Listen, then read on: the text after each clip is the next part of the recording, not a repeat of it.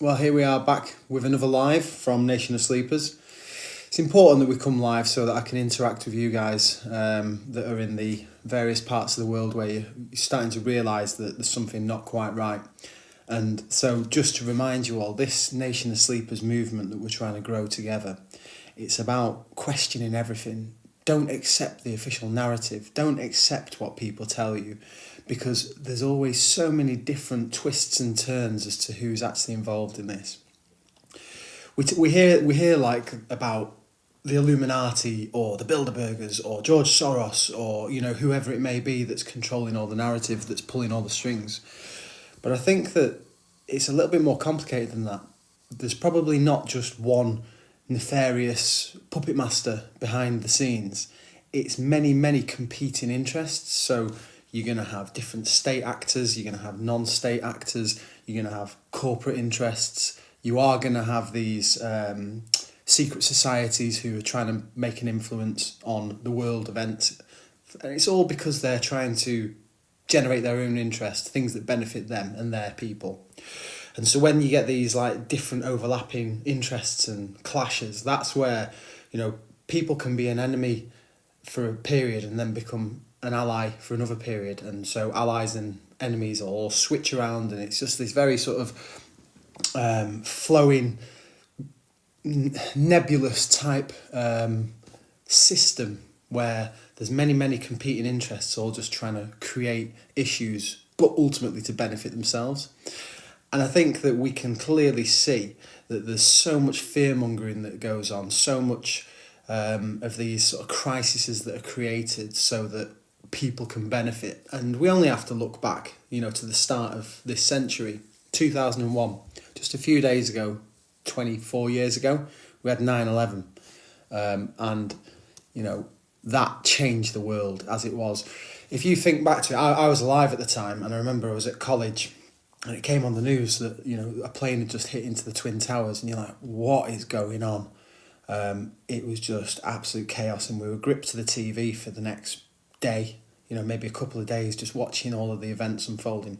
Now, clearly with 9/11, there's lots and lots of questions about what actually happened, and we can go into that another time, so let me know in the comments if you'd like us to do a bit more of a deep dive on 9/11 and some of the conspiracies surrounding that. But ultimately, it happened, and the knock-on effect was the Patriot Act. It changed the face of the planet straight away afterwards. Literally in days after 9/11, there was troops going into Afghanistan. This started this domino effect of all of these failed states that had to have regime change. It's quite interesting how one of the architects from the British side who was involved in getting the British into Iraq to support George W. Bush in his Axis of Evil attacks was Peter Mandelson.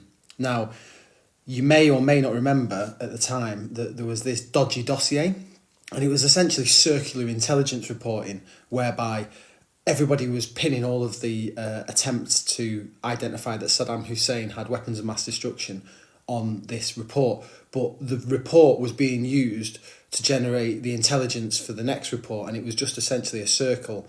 And the real source where it came from was a disenfranchised chemical scientist from Iraq who already had been identified as someone who was playing multiple sides, so it wasn't particularly a credible source, but it was sufficient.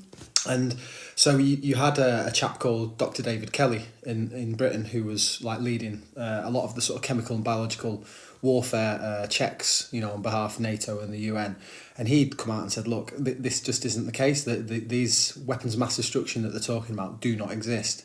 He ends up finding himself suicided in a little lane where he lived, and the knife that they found that he'd used to kill himself was like a tiny little penknife, very unsuitable for the task, and that all kind of got blown up, hushed up. There was a couple of inquests, they exhumed his body because it wouldn't let itself go, but it was really sketchy. Anyway, Peter Mandelson was this guy known as the Prince of Darkness, and he was involved in that dodgy dossier. It was called Sexing It Up at the time. And essentially he'd been involved in that. He disappeared off the political scene, and then he resurfaced recently where he'd now become like the US ambassador, and that again was just so sketchy in itself. But all of these things just knocked on from essentially the different competing interests that were all trying to, generate whatever their benefits were. So just responding to a message now. Just give me 1 second.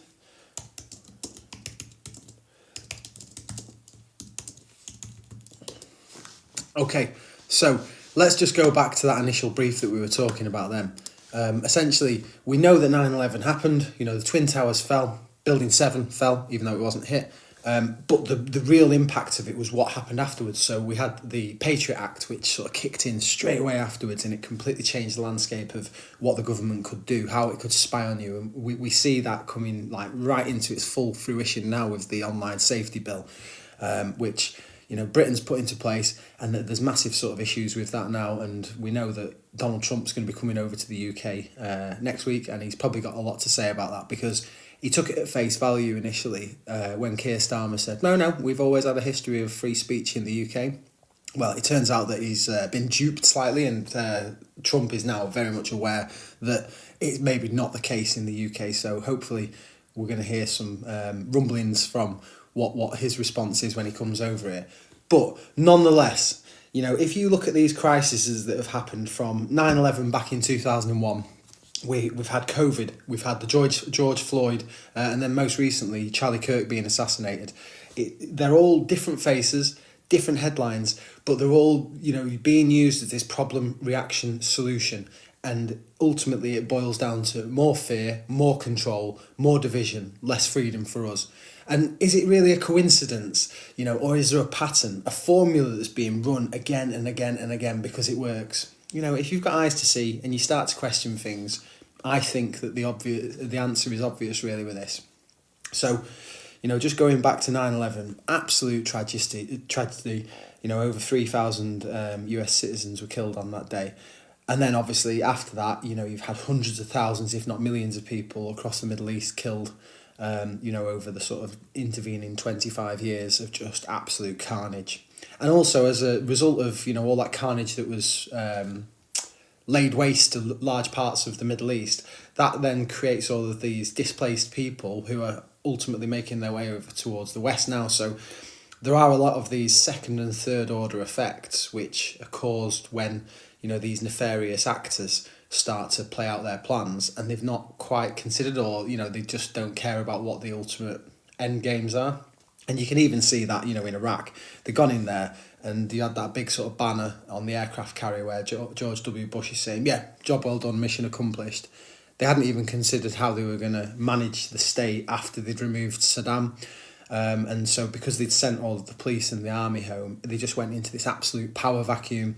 And, that was a massive unintended or unconsidered consequence of what they did when they went and invaded Iraq. But nonetheless, it was this regime change. It was just doing these various actions which, were in the benefit of these behind the scenes type actors. Also, for the average citizens, both in America and also across the rest of the West, mass surveillance just became the norm. Being able to read into people's text messages, identify, who their networks are. And very much in terms of network and analysis, this is quite an interesting one, that previously you'd actually have intelligence analysts and they'd identify, who I'm contacted with, and then who they're in contact with, and so on, so they can create this network. Well, actually, when they brought out social media, especially Facebook, we did the work for them, because all of a sudden all of our networks are created and you can see the linkages between them. And then, the intelligence services have got this massive network analysis telling you exactly who is friends with who and associates with who, and it makes it very easy for them to start to control us. So even though it's this social media that's actually a beneficial tool to us, it becomes something which is used against us. Mass surveillance became normal. Every phone call, all data from transcripts was kept, and it was all done in the name of safety to keep us safe. Even the airport now, 25 years later, we've not been able to return to normal. You've got the scanners, you've got, this massive faff where you've got to take your belt off, take your shoes off, get shouted at by some border security guy, When you've just paid like for a holiday and maybe you've saved up all year for it, and then the very first experience you have on that holiday is someone screaming at you that you're going to miss your plane unless you take your belt off and stand like this. It's just horrific. And that's all come as a direct consequence of 9/11. So massive changes that have just become the norm. Even like down to these little bottles where, you've got to have your little 100ml bottles and they've all got to fit into a bag and you've got to seal the bag. It's like, why is that necessary? Who's come up with that stupid rule? And it's just very difficult. But because we just accept it, gradually things become more and more draconian until eventually we've just completely forgot where we were. You've got the Patriot Act in America, you've got the Terrorism Act in the UK, and they were essentially just giving the state power in the name of safety to control and detain us without trial. And the thing is as well, once the state's got that power, it's never going to be able to, take it back. And it's not in its interests that it's going to take it back. They're just going to keep crushing and crushing and crushing. If we move it forward a little bit more, most recently, COVID, what a mad experience that was. From those very first bits of footage that were showing these guys in China just like dropping dead in the street. And then there was like all that crazy footage that was coming out of some ECU in Italy where people were just like on the ventilators. And you're like, okay, what happened to those people? Why is it that they were suffering from a completely different illness than the rest of us? Because you know what, there was probably something out there, but it wasn't as bad as it was made out to be. Many people would have caught this illness and then they recovered from it naturally. A lot of people who had the vaccines that were really, really forced onto us, they actually became ill as a consequence of that. And so ultimately they created this massive crisis. They scared everybody, completely out of their wits. And then it was all about control, wasn't it? The vaccine passport, that was almost an introduction of, the digital ID that they're really trying to push now. And then it was also about how you had to just give your details. I remember even driving from A to B during lockdown, and some police came up to me and said, "What are you doing? Why are you out of your house?" It's like, mate, I'm dropping off my kids. Got shared custody of them, and I'm not doing anything wrong. But they were even putting up drones if people were going out into the countryside, and like the drones had alarms on them and loudhailers saying, "Get back to your house, get back to your house." And it's like all of that was just a complete test to see how much they could control us. Ultimately, they've had this virus, and first of all it's aeroplanes, and that's created this massive constriction on us from a travel safety, and then they've moved on to COVID, which is essentially creating this fear of death, which is making us all like go into our homes, start grassing on each other if people are breaking the rules, turning on each other because you're not wearing a mask. And I'm sure we've all got experiences where whether it's families that have been broken down because people have had differing opinions on it, or whether it's that like people have lost jobs, people haven't been able to travel because they're being told that if you don't have this experimental vaccine, which has got like quite a lot of potential side effects, you can't do any of the things that you normally can. I mean, where does the government think that it can do that?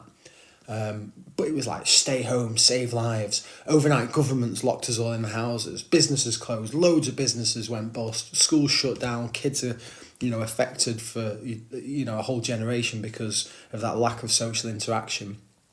People would have funerals and like they couldn't even, mourn for their families. It is just disgusting. But all the way through that, politicians are having affairs, partying, cutting about, doing things just as they want to, whilst they're literally destroying the whole economy of the world. Mental health was destroyed.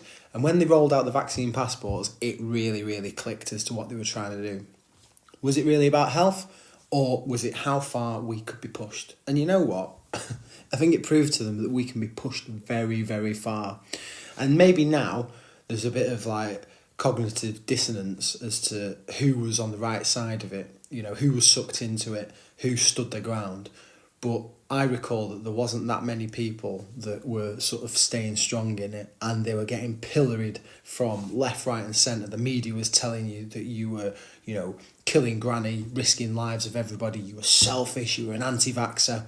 And then you'd have people coming up to you in the street literally screaming at you, spitting in your face with spittle because they're so angry. And it's like, shouldn't you be like keeping your distance here, pal? But it was just the madness, and that's what fear can do. it can turn people against people. And they even admit now that they had psychological warfare departments across the West and probably across the world that were actually designed to manipulate us into achieving their aims. And they wouldn't have done that and gathered all that data unless they were planning on doing it again. And the biggest concern now is because it's a bit like the boy who cried wolf.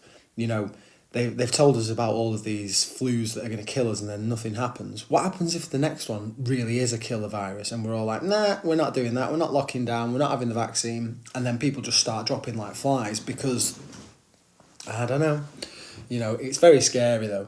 And then even during the middle of this, when everyone's being told that they have to lock down and everybody's told that they have to stay at home and, you know, protect against spreading this vaccine, the BLM movement blew up. And, you know, you'll all remember that George Floyd, who wasn't a particularly, you know, nice character, ends up being in an incident with a policeman in America, Minnesota. And then literally the whole of the world erupts, you know, and they're talking about gun violence, you know, violence against certain demographic groups, completely different to the situation, for example, in England, where, you know, the police don't routinely have guns. There isn't the statistics to support the outrage. But it was as if it was just the next cause that everyone could latch onto. And we've seen a lot of that since, you know. It went from BLM, and then it went on to the Just Stop Oil, and then it was onto the climate. And then it's onto the, you know, Palestine and Ukraine and all of these cause celebrity and, you know, all of the people getting behind these certain, you know, causes, putting little flags on the profiles. And it's almost as if they have to, you know, just latch onto one of these crises constantly. And maybe they're conditioned to do that. But especially when we saw with, you know, George Floyd, the fact that, you know, whatever's going on in Minnesota is then being reflected into Bath or, you know, rural Britain. And it's just completely insane. And it was like, you know, people were able to have these mass protests in the middle of lockdown because it was to do with something that the powers that be allowed them to do. Whereas if me or you tried to go and see our, you know, grandma who's sat in a care home on her own, we'd get arrested. And you saw that, you know, there was loads of people having parties and getting sort of 45 grand fines. You know, what was that all about?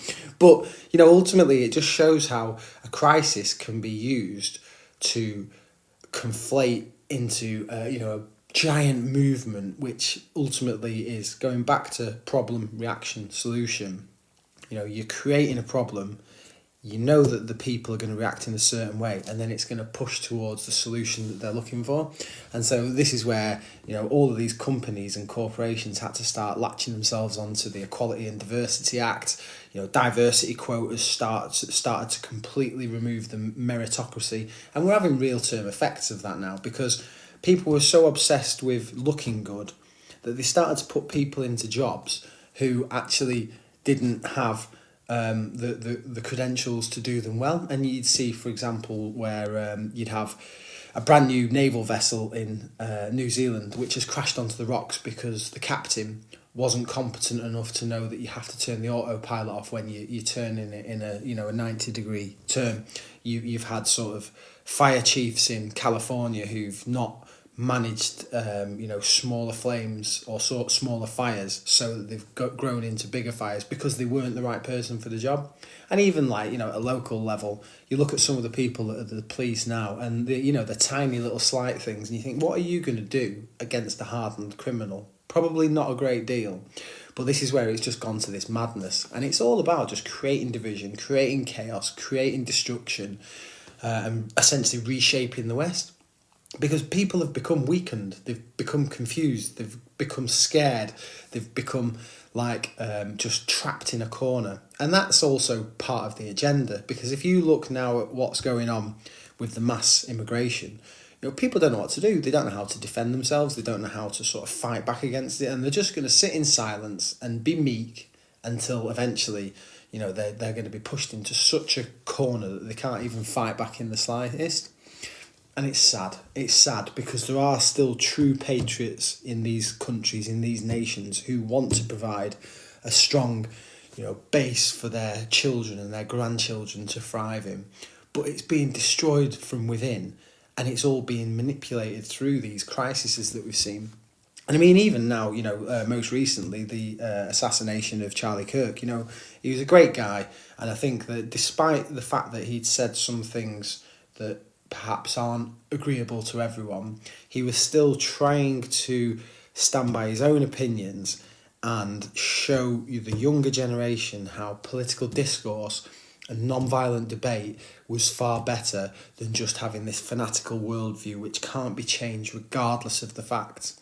And so it was an absolute tragedy that happened. But you can see already that it's being latched onto by the powers that be. And I'm sure that you'll start to hear things about gun control. You'll start to, hear about all the endless spin that will come out. And we've seen this before. We've seen, a tragedy being latched onto by other people because it suits their agenda.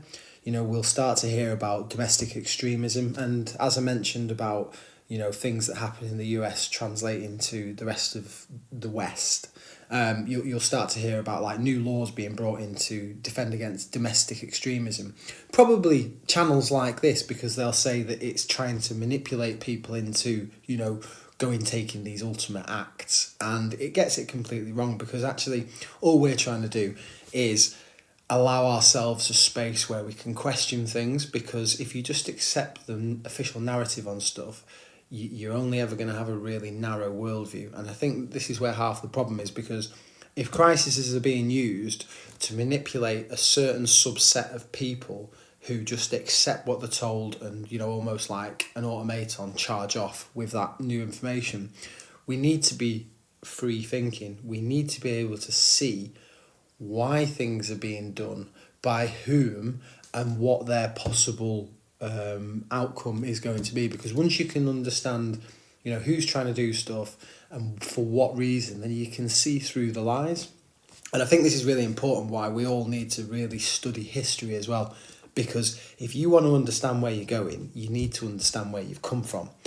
And you might realise that many things that are happening now, it's not the first time, it isn't the first rodeo. They've happened multiple times before. And even with these crises like 9/11, there is clear examples of when the US government or the CIA has decided to try and blow up planes in order to blame other countries. You had the Gulf of Tonkin incident, which kicked off the whole of the Vietnam War, which saw close to 55,000 American troops, most of them conscripts, being killed, countless tens of thousands of Vietnamese being killed or displaced, napalm fucking raining down on the whole of Southeast Asia, destroying whole nations, and it was all set up on a bit of a lie, the Gulf of Tonkin incident. You may want to research it yourself, but essentially it was used as an opportunity to escalate the war. And so you can see how things are done, things are manipulated, whether it's the weapons of mass destruction, dodgy dossier, the Gulf of Tonkin, Operation, not Operation Paperclip, there was one, and someone might know it. It was where they tried to blow up a plane so that they could blame it on Cuba, and it would give an excuse to go and invade Cuba. But it's all documented, and I'm sure you guys are all far more aware of it than me. The point is, we just need to help each other to question stuff, because if you see it, you see that every crisis, whether planned or hijacked, follows the same pattern. It whips up fear. People beg the governments to do something, and the solution is always the same. Less freedom for you, less freedom for me. More power to them. Terror gave us surveillance. COVID gave us lockdowns and digital passes. BLM gave us this cultural revolution, which has completely changed the landscape of all of our nations. And then the Charlie Kirk killing is probably going to give us something along, free speech control, censorship and surveillance of anyone like us who doesn't toe the line. COVID proved how far that they could push us. And it was when, you saw Neighbours reporting on Neighbours, and that is straight out of Orwellian 1984. That is what happened in, Nazi Germany with the Stasi, telling people you need to report on this. And you'd hear incidents or stories of children reporting on family members because they weren't doing as they were supposed to according to the doctrine. And that is what will happen here if they create this climate where people feel more aligned to the state than they do to the family unit or to their communities. And so Friends turning on friends. Social media is basically just monitoring us. It sees our networks. It's acting as this ministry of truth. Deleting, silencing, banning anyone that dares question the narrative. But ultimately, all of the powers, all of this mission creep that they do onto us, it's never going to retract. And it doesn't matter what politicians say. If they've got power, they're not going to give it us back. They're not. And, it's even, you can see it with climate. And ultimately, the climate crisis, which came about with this video from Al Gore, The Inconvenient Truth, it's a new mask for the same project of creating fear. Fear heat waves. Every weather report now is saying it's the hottest. Even this year, they said it was the hottest British summer on record. It wasn't where I was, so I don't know what you're on about. They're creating this fear, saying that we're eating too much meat and that's creating too much methane. We're creating too much CO2. Even though, and I'm sure you're aware of this, plants thrive off CO2. And actually, there is more greenery on the planet now than there was a decade ago because of this increased CO2. But we're told that it's a bad thing.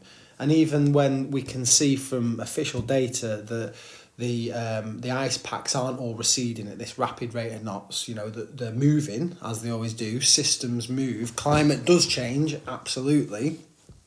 And don't get me wrong, to an extent, man-made damage to the environment is undisputable. You only have to look at these big sort of collections of garbage in the middle of the oceans, and you see how we're ultimately damaging many parts of the ecosystem. And they figure it out sometimes, but they had CFCs which were destroying the ozone layer, so they removed CFCs from fridges. Great. A lot of the rivers were polluted, so they put in stricter controls to make sure that pollution and effluent wasn't going into the rivers. Great. Ultimately, if the government wanted to clean up the act of all the countries, they could do that. But there's not that interest. And even if, say, for example, Britain became this green energy, benchmark, it counts for nothing compared to China and India, which are producing massive amounts of coal-fired power stations, on a regular basis, and they're creating so many emissions that it would not matter what we did in the UK because there's just so much more pollution coming from elsewhere. And don't get me wrong, we can all do better, but let me just give you a little example of the hypocrisy with this. So in the UK, they say, right, we're going to do recycling. You all need to do your bit. And then they cancel the bins or they bring them out once a month. So what are you going to do? Are you either going to just have loads of stinking, rotting packaging in your house or in bags waiting for your next bin? Or are you just going to throw it all into the landfill? That's ultimately... And even when people are just fly tipping because they can't get to the tip, that doesn't make sense. Because if you were that bothered about the environment, you would make sure these were your priority things. Your waste disposal, your recycling. And I think that there's a lot of smoke and mirrors. There's a lot of companies that are going to be making a lot of money from, the whole green agenda. And there's whole industries of advisors and consultants that are all going to be getting in on it as well. So you will all have examples, and please put them in the comments, because ultimately you've got, so much hypocrisy, so many crises which you can see through when you start looking into them, even just a little bit deeper. And none of it makes sense unless you realise it's all just a bit of a scam to try and scare us. But, it doesn't become apparent immediately what the reasoning behind these crises is. Ultimately, after 9/11, you had wars in Iraq and Afghanistan, which killed millions and destabilised the whole of the Middle East. After COVID, you had economies collapsing, children losing, years of education, but then the digital ID creeps in.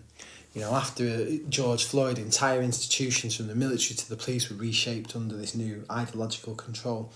And if you think about it, it's almost as if it's all like big pieces of jigsaws that are stepping stones towards this totalitarian state, where you're destroying the family, you're turning people against each other, you're making the state have primacy over the family and the community.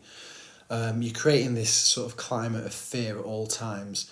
And then You know, even like during COVID, it's like, oh, we can't buy things with cash anymore because it might be infected. Okay, well, we'll go to digital currency. And it's all part of this ultimate agenda to move us towards a complete surveillance state where we're all trapped in little sort of areas, or the 15-minute cities as they call them.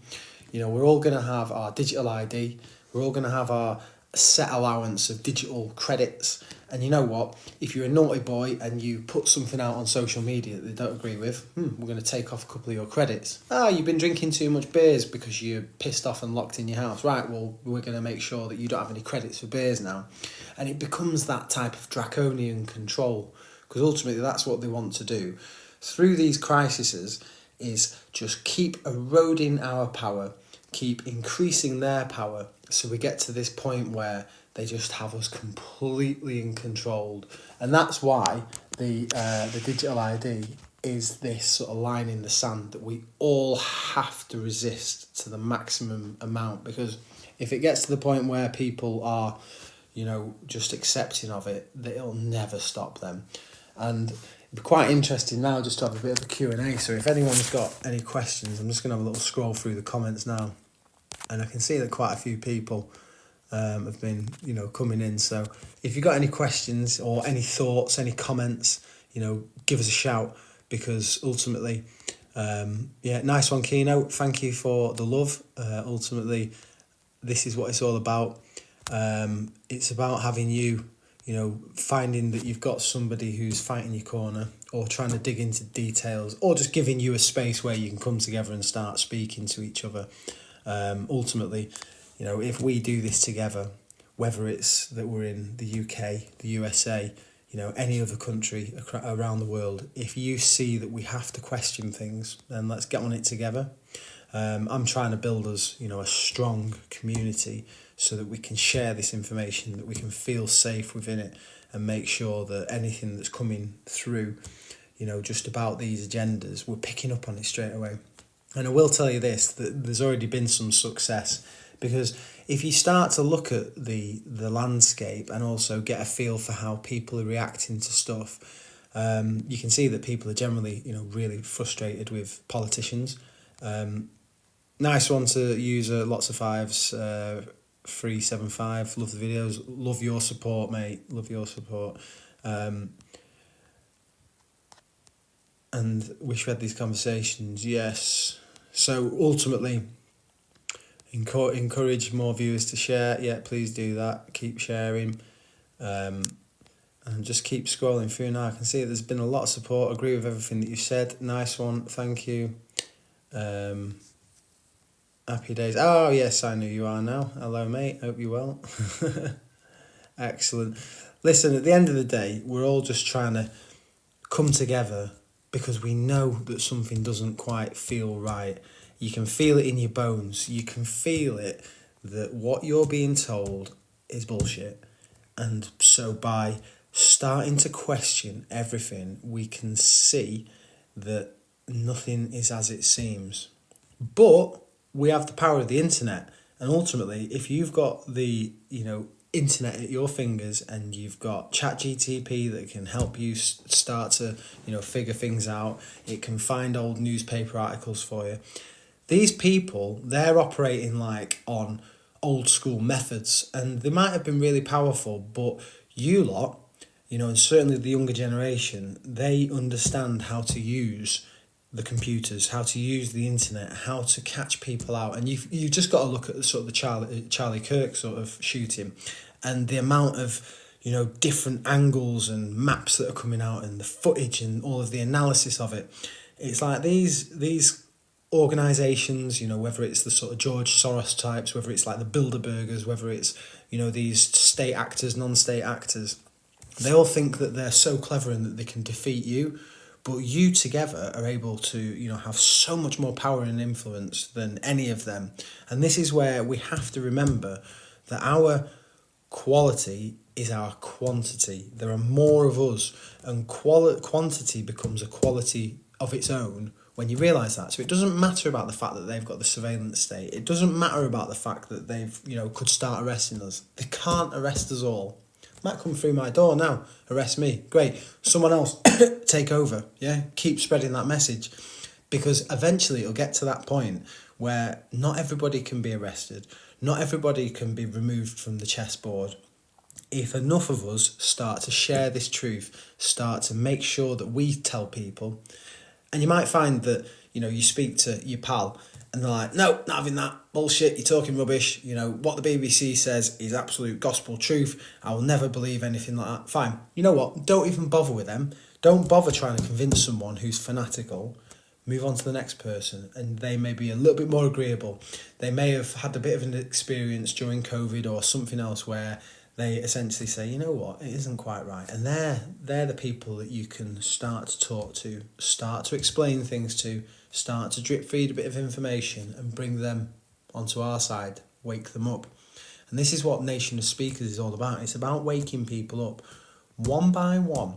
Because if you think about the butterfly effect of it, say you go out and you're able to convince one person that the world is not as it seems, yeah, then there's two of you. And then you're able to go and wake up two more people. And they're able to go and wake up two more people. So this isn't about trying to wake up everybody at once. It's just about doing your bit to make sure that people see that the world is not as it seems. If we can do that, each of us, eventually we're going to get to a point where there's a tipping point and there's more of us that see through the lies, see through the veil of bullshit than aren't. And does that make sense? Give us a thumbs up if you understand what we're saying here. This isn't about trying to make, get some like mass broadcast where everybody all of a sudden just gets it. This is about just introducing people at the right time to the little snippets of information so then they can say, oh yeah, you know what? They are onto something, and let them go and do their own research. Let them come back and say, actually, yeah, I've just found this out about this, topic. And then together we're able to completely expose the whole system. And then ultimately there's no going back from that, is there? And this is where we come together, we identify exactly, who's on our team, who's not on our team. And then we'll eventually get to a point where people just become awakened to it and they're not going to be succumbing to all of the bullshit anymore. And they're going to expect the crisis, and then they're going to see the crisis and they're going to say, right, who's going to benefit from this? Who is it that's orchestrated this? And there's obviously a lot of opportunity to follow the money as well. Any of you people that are like good at, doing that type of accountancy stuff, you will be worth your weight in gold, because everybody, whether it's these sort of Antifa people waving placards that all seem to have been made at the same factory, someone's paying for that. And so if we can find out who's paying for it, then you can find out what their agenda is. And going back to what I was saying before about history, if we can understand where we've come from, we can understand where we're going, and we can see previous examples of where this similar type of stuff's happened. And also there's a key thing with history, and it's like you always need to understand the inherent bias of the source. And what that means is that every single person who writes anything, produces anything, whether it's me, you, anyone else, you're always going to have an inherent bias. And if you can understand what the person's inherent bias is, then you can understand why they're writing it, why they have a certain perspective, why they're trying to push a certain agenda. And then even with like news reports, you can start to see that. And it's quite clear cut, if you look at, say, the BBC in the UK now, their inherent bias is the fact that they're, left-wing liberals. If you were to, look at the Sun newspaper, maybe they have an inherent bias to try not to upset people from Liverpool because, they did some pretty horrendous things to the population of Liverpool in the past. And each of these different authors, presenters, content creators, they're all going to have a bias, and so these are really important things for us to understand as well. And if we can do that, we can understand who's producing what, why they're producing it, and what they're trying to achieve by producing it. And that's exactly the same with these crises that happen on the the sort of world level. And if we can start to think like that, you're able to have a look at who's doing what, why they're doing it, and what they're trying to achieve. And then you can say, I see you now. You ain't pulling that wool over my eyes anymore. And next time that there is some sort of big crisis, whether it's COVID, whether it's a false flag operation, whether it's, a sort of global attack or whatever's going to happen, you can see the reasoning behind it and not just get sucked into the bullshit. Because when you do that, you don't become fearful because you know what they're trying to do. It's when you have sheeps that are sort of acting rudderless and just basically reacting to the crowd, herd mentality, they're the ones that are always going to be sucked from crisis to crisis. And by looking at it slightly differently, you know that you can have the strength to resist what they're trying to do. So let's try and do it. Look at anything that's happening, even if it's in your local community. People are always going to do something for a reason. And if you can see what that reason is, what they're trying to achieve from doing it, you'll be all right.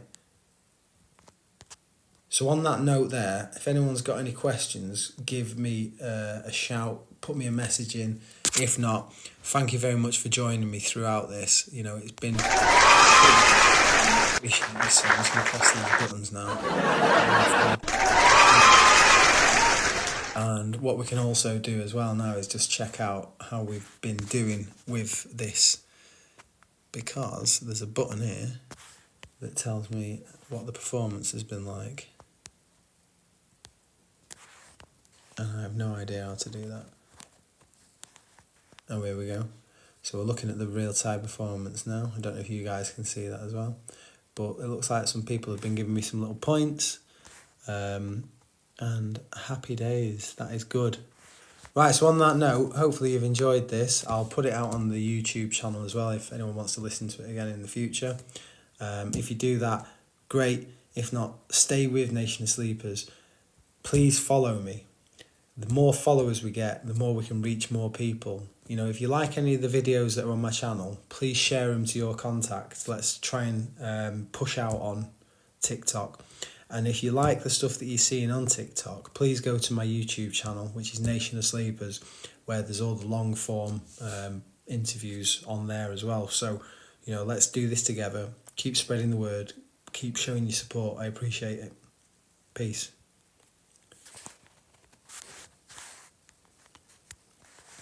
I'm going to end now, so I will see you all later.